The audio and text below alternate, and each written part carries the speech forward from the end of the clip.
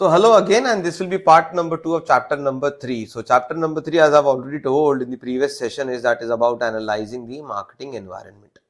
So when we analyze the marketing environment, it's either the micro environment, which we have already discussed in the previous session, and in this session we will be talking about the macro environment. So the marketing environment again consists of the micro and macro environments, and the macro environment consists of the larger societal forces that affect the micro environment. So it's basically these forces will not only be impacting only your company, it will be impacting almost every player in the market. When it comes to macro environment, so they are basically acting on a larger scale. You can think it that way. So these could be demographics, these could be economic factors, these could be natural, technological, political and cultural forces, right? So now let's have a look at the diagram. So the book has this figure 3.2 over there, which talks about the major forces in the company's macro environment. So we start with demographics, and then we understand the economic, and then natural, then technological, and then political, and then cultural environment. So now let's one by one have a look at each one of them. So what is demography? So demography is the study of human population in terms of size, density, location, age, gender, race, occupation and other statistics. So suppose Coca-Cola wants to enter into a country like India, and at the same time it is also willing to enter into maybe a Brazilian in Brazil or in some other country in South Africa.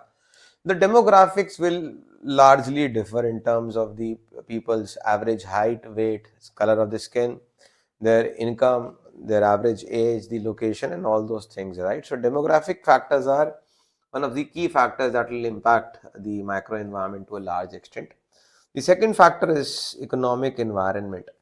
Economic environment will comprise of various economic factors like the GDP, the GNP, per capita income, inflation and other factors like these, and that will affect the consumer's purchasing power and spending patterns.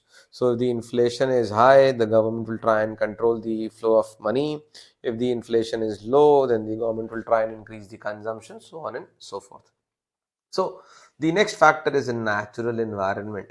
So the physical environment and the natural resources that are needed as inputs by marketeers or that are affected by the marketing activities. So Indian subcontinent is lucky to have multiple climates, multiple weathers. We have mountains, we got rivers, we've got beaches and whatnot. But that's not the case with all other countries. Like some of them are landlocked countries, some of them are waterlogged countries. Some of them don't enjoy a good climate throughout the year and the likes, right? So these natural environments will largely impact the macro environment. After that, what is technological environment? So how technology updated the country is, what is the level of technology being used? So India has recently started its 5G services in some major cities, but maybe there will be nations and countries where 5G is already there up and running. And there could also be countries where they are yet to enter into 4G technology. So technological advancement can vary from country to country, from region to region, and therefore creating new production marketing opportunities will also depend on the same. Next one is the political environment. So generally, if you will see that many companies invest in foreign direct investment and foreign portfolio investments start coming in the moment the government is stable. So the government is doing well, we have a stable government. It is likely to attract, the countries are likely, the economies are likely to attract a good amount of FDI and FII flows. And the legal aspect, the government agencies and the pressure groups that influence the and limit the various organizations and individuals in a given society. And the last one is the cultural environment, institutions and other forces that affect society's basic values, perceptions, preferences, and behaviors. It is very important for marketers and companies to understand the culture of a country because culture, to a large extent, has an impact on the buying behavior of the consumers. So that's it in this particular session, and I hope you've got a good idea about what the micro environment is and what it basically does and how important it is for the company to go through its macro environment. If you want to go through the detailed lectures, a complete video course is now available, and you can check out the link. You can check out the course with the link given below. You can also call up on this number or check out the website. Other details of the course are mentioned over here. तो दोस्तों ये रहेगा part number 2 chapter number 3 का। और जैसे कि हमने पिछले सेशन में बात की थी, चैप्टर नंबर 3 में हम बात करते हैं एनालाइजिंग द मार्केटिंग एनवायरनमेंट के बारे में। दो तरीके के एनवायरनमेंट्स मार्केटिंग कंपनीज को, मार्केटिंग डिपार्टमेंट्स को या मार्केटिंग के लोगों को देखने होते हैं, मैक्रो और माइक्रो एनवायरनमेंट। तो इस सेशन में हम लार्जली बात करेंगे मैक्रो एनवायरनमेंट की। माइक्रो एनवायरनमेंट वाला सेशन में पहले ही पब्लिश कर चुका हूँ, वो ऑलरेडी आपका आ चुका है video. So the marketing environment consists of a micro environment and macro environment.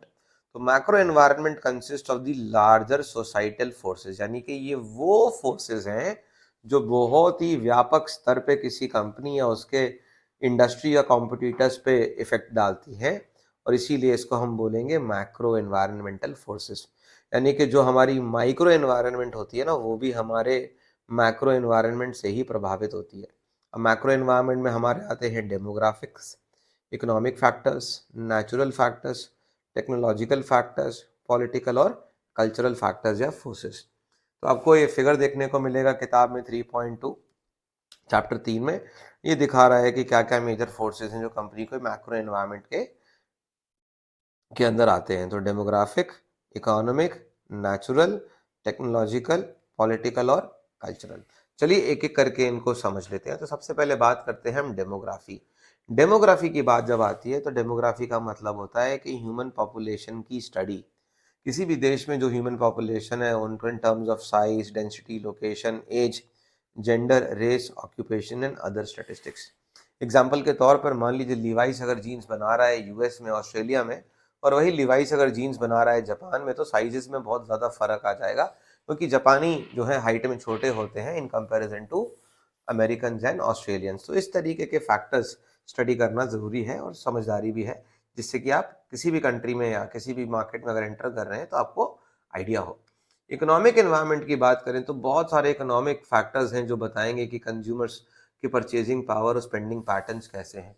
जिन देशों में महंगाई बहुत ज़्यादा होती है तो वहाँ स्पेंडिंग पैटर्न्स कम होते हैं, कंज्यूमर्स फिजूल खर्ची नहीं करते हैं। जहाँ पे महंगाई की दरें कम होती हैं तो वहाँ सिनारी थोड़ा सा अलग होता है। तो आपका इन्फ्लेशन का रेट एक फैक्टर हो सकता है, ग्रॉस डोमेस्टिक प्रोडक्ट्स या फिर एनएनपी, नेट नेशनल प्रोडक्ट, इस तरीके के नेशनल इनकम के कंसेप्ट हो गए। आपका ये बात भी इंपॉर्टेंट है कि पर कैपिटा इनकम कितनी है, या फिर इस तरीके के जो फैक्टर्स है वो हमें देखने पड़ेंगे इन्वायरमेंट, इकोनॉमिक एनवायरनमेंट में। इसके बाद आती है बात नेचुरल एनवायरनमेंट की, कि जिस भी हम मार्केट को एड्रेस कर रहे हैं, भले वो देश हो या एक रीजन हो या फिर एक स्टेट ही क्यों ना हो, वहाँ पर फिजिकल एनवायरनमेंट कैसा है, नेचुरल रिसोर्सेज कितने अच्छे हैं, और ये नेचुरल रिसोर्सेज कंपनी को और मार्केटर को किस हद तक इफेक्ट कर सकते हैं। तो कुछ देशों में आपको देखा जाए तो कनेक्टिविटी अच्छी होगी, आप वेदर अच्छा होगा, पानी और सड़क से कनेक्टिविटी अच्छी होगी। कुछ देश जो हैं वो कटे हुए होते हैं पानी की या लैंड की वजह से, तो वहाँ पर अलग तरीके के चैलेंजेस मार्केटर्स को फेस करने पड़ते हैं। नेचुरल एनवायरनमेंट के बाद आती है बात टेक्नोलॉजिकल एनवायरनमेंट की। तो अलग अलग मार्केट्स डिफर कर सकती हैं टेक्नोलॉजी के भी बेसिस पे। कुछ मार्केट्स जो हैं टेक्नोलॉजिकली एडवांस मिलेंगी, जैसे कि डेवलप्ड कंट्रीज हो गए, और डेवलपिंग कंट्रीज वहीं पर टेक्नोलॉजी के रूप में पिछड़ी हुई हो सकती हैं। तो अगर कोई कंपनी आ रही है, टेक्नोलॉजी जहाँ पर एक मेजर रोल प्ले करता है, तो वहाँ पर टेक्नोलॉजिकल एनवायरनमेंट समझना भी बहुत ज़रूरी है। अब जैसे कि सैमसंग अपने नए फ़ोन अगर बना रहा है और 5G फ़ोन्स बना रहा है, तो वहाँ पर 5G टेलीकम्युनिकेशन या तो आने वाला हो या चल रहा हो। अब कई देशों में तो 4G भी अभी पूरी तरीके से नहीं आया। उस तरीके की मार्केट में अगर सैमसंग अपने 5G के फ़ोन्स लेके आएगा भी तो भी कोई फ़ायदा नहीं होने वाला। इसलिए टेक्नोलॉजिकल एनवायरनमेंट को समझना बहुत ज़रूरी है। फिर आती है बात पॉलिटिकल एनवायरनमेंट की। किसी भी देश का जो लॉ मेकर्स हैं, जो सरकार है, जो एजेंसीज हैं गवर्नमेंट की, वो किस तरीके से हैं। ऐसा देखा गया है कि जब सरकार स्टेबल होती है, लंबे समय तक चलती है, तो वहाँ पर बिजनेस भी अच्छा आता है, विदेशी कंपनियां पैसा भी अच्छा इन्वेस्ट करती हैं। तो जब स्टेबिलिटी का माहौल होगा, एक अच्छी सरकार होगी, देश को आगे लेके जाएगी, तो जाहिर सी बात है मार्केटियर्स और अलग कंपनियां भी वहाँ पर बिजनेस करने में इच्छुक होंगी। और अंत में आती है बात कल्चरल एनवायरनमेंट की, जहाँ पर हम बात करते हैं institutions and other forces that affect societies basic values. कहीं का भी सोसाइटी का बेसिक वैल्यू क्या होगा, किस तरीके से बर्ताव करेगा, ये वहाँ के कल्चरल एनवायरनमेंट पे भी डिपेंड करता है। लोगों की सोच, प्रेफरेंस और किस तरीके से उनका बिहेवियर है, ये सब। उदाहरण के तौर पर अगर आप अरब कंट्रीज में जाएंगे तो वहाँ पर इस्लामिक बैंकिंग प्रचलन में है, यानी कि वहाँ पर ब्याज आप ना दे सकते हैं ना ले सकते हैं बैंकिंग में। इस तरीके के कल्चरल इन्वायरमेंट को भी हमें समझना होगा। जैसे कि कहीं हलाल मीट है पॉसिबल और हमारे देश में कई जगह बीफ बैन है, तो ये सब कल्चरल इन्वायरमेंट का ही हिस्सा आपको देखने को मिलेंगे। तो आशा करता हूँ आपको समझ में आया ये लेक्चर, और अगर आप डिटेल में जानकारी चाहते हैं तो आप इस वीडियो के नीचे डिस्क्रिप्शन में मैंने सारी जानकारी छोड़ दी है। आप वीडियो के साथ साथ इस वेबसाइट को चेकआउट कर सकते हैं, उस नंबर को भी कॉल कर सकते हैं। अगर आपको कंप्लीट कोर्स चाहिए हिंदी एक्सप्लेनेशन के साथ, वो भी अब उपलब्ध है। बाकी की सारी जानकारी यहाँ पर मैंने छोड़ दी है। मिलूंगा आपको अगले सेशन में, तब तक के लिए बहुत बहुत शुक्रिया, धन्यवाद। आपका दिन शुभ हो।